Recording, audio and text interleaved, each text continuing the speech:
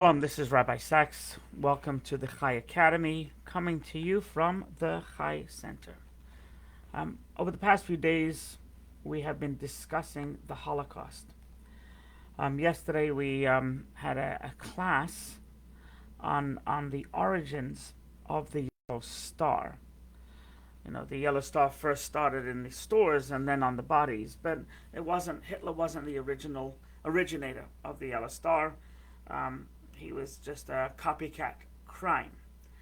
You can always see previous classes on the Chai Academy by going to thechaicenter.com/academy or on YouTube, the Chai Academy. The today's class may be shorter than usual. Conflicts all around is on appeasement. Munich, 1938. So, the word appeasement, whenever we use the word appeasement, people automatically think of the appeasement of Neville Chamberlain, the Prime Minister of Britain.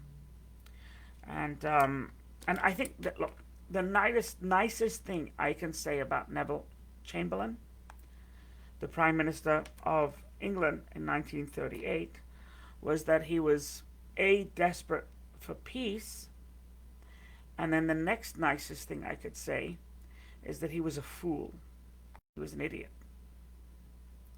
I have other things to say about Chamberlain, but let's leave it at that. So the story is such: is in 1938, Hitler said he wanted to annex the Sudetenland of Czechoslovakia. Now, this area of Czechoslovakia had 3 million people that had German ancestry. So Hitler said it's only right that this should be part of Germany because these people came from Germany, and that's what he wanted, and he reached out to the West, saying that this is what he would like done. Now, people were crazed. Not only Czechoslovakia, but others were crazed. But not our foolish Chamberlain. Chamberlain basically flew to Munich on September 28th, but on September 27th, Chamberlain said, "How horrible. How fantastically horrible is that we need to put on gas masks and dig trenches over a quarrel so far away." So, as you can see, Chamberlain just kind of belittled the whole thing. And on the next day, on September 28th, 1938, he flew to Munich, and after much discussions with Hitler, may his name be obliterated, may he rot, he agreed. He agreed that it makes sense that Hitler can annex the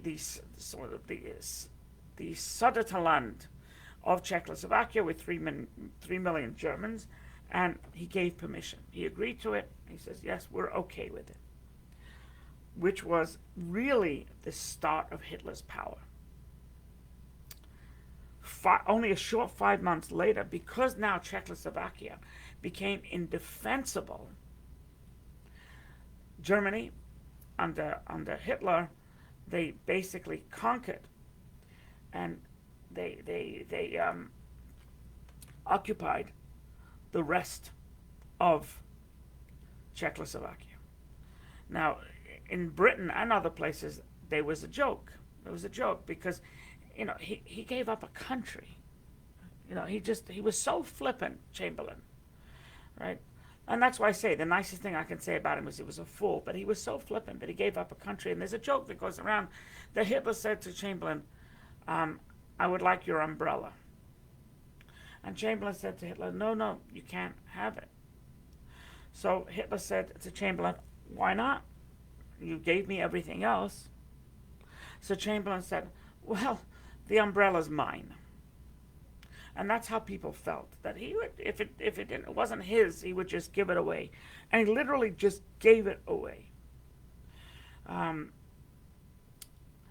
he did to his little bit of credit is he told Hitler, "Hey, the West won't tolerate any more, no co-opting, no occupying, no conquering any other territories, and if you do, there will be trouble."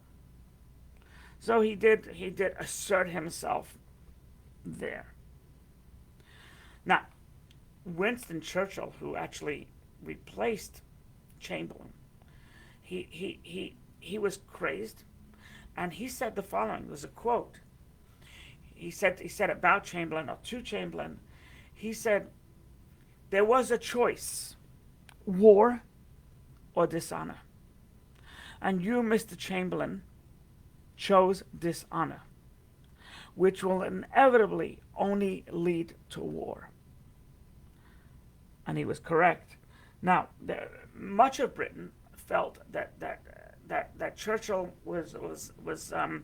he hated Hitler so much that he spoke hyperbole, that Hitler's going to go to war. They felt that he was just a Hitler hater, and it's not going to affect England. It's not going to affect, and they basically poo-pooed Churchill's warnings, and many of the Brits just dismissed Churchill's rants as just that, rants.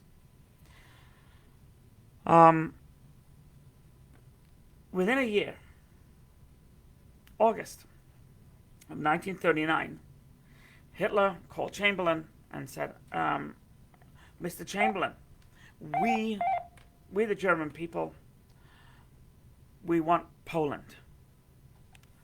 And Chamberlain said, "Well, you just got Czechoslovakia. What do you mean want Poland?"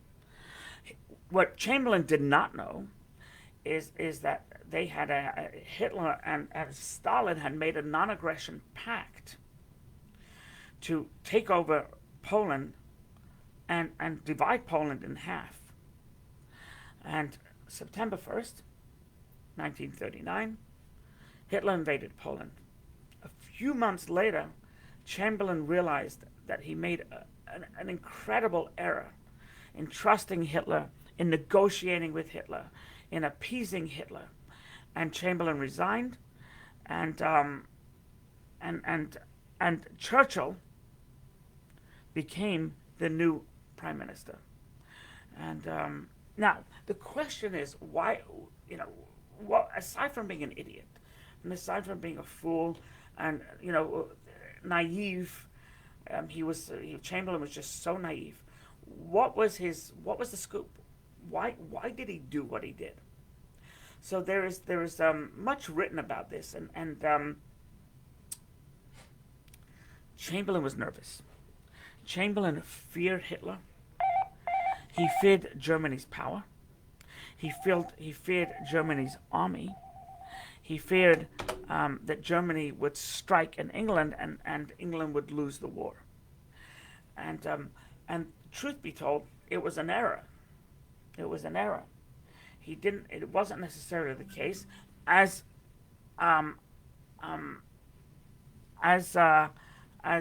you know, it wasn't the case. Now, what egged on his fear, what made him so so crazed and so fearful of Germany, was the U.S. ambassador to England, whose name was Joseph Kennedy, the father of John Kennedy. He had that fear as well. And he whispered in Chamberlain's ear, "Germany's powerful, Germany's powerful, Germany's going to attack, and you can't beat Germany," etc. He also, the hero aviator, Charles Lindbergh, an American, he also agreed with Joe Kennedy that Germany's too strong. So Chamberlain heard now from Joe Kennedy, the ambassador. He heard from the hero aviator, Charles Lindbergh, and he said, "You know what? I better appease him. I better appease him." And so they were convinced, and they convinced Chamberlain. But he was wrong. Now, it's hard to imagine what would have happened if Chamberlain would have put his foot down and said to Hitler, "You're not getting Czechoslovakia." It's hard to imagine. But one thing I can tell you is it would not have been worse than what happened. Because what happened was Hitler was emboldened by Chamberlain, and the war happened, the Second World War, and 55 million people died in this war. Right? And if you would have confronted Hitler and been stronger and not such a fool, an idiot, a naive, weak-spined, talking from double sides of his mouth thug, Hitler may have backed down. Maybe Hitler would have, kept the war to minimal regions, but he wouldn't necessarily have taken it to where he would have taken it. But he didn't. But Chamberlain is mocked until today, and even when we see a weak leader, what do we say? Oh, never Chamberlain. They're just naive like Chamberlain. And this term, by the way, was bantered around when President Obama was sat down, through that fool Kerry, the climate czar, when he was making a deal with Iran, right? So there was Kerry making a deal with Iran, and given the platform to do it by Obama, and to make a deal that don't develop nuclear reactors, and then in 15 years you'll be able to. And in honor of that, we're going to give you back, 150 billion, and we're going to loosen sanctions, etc. Iran was on their knees.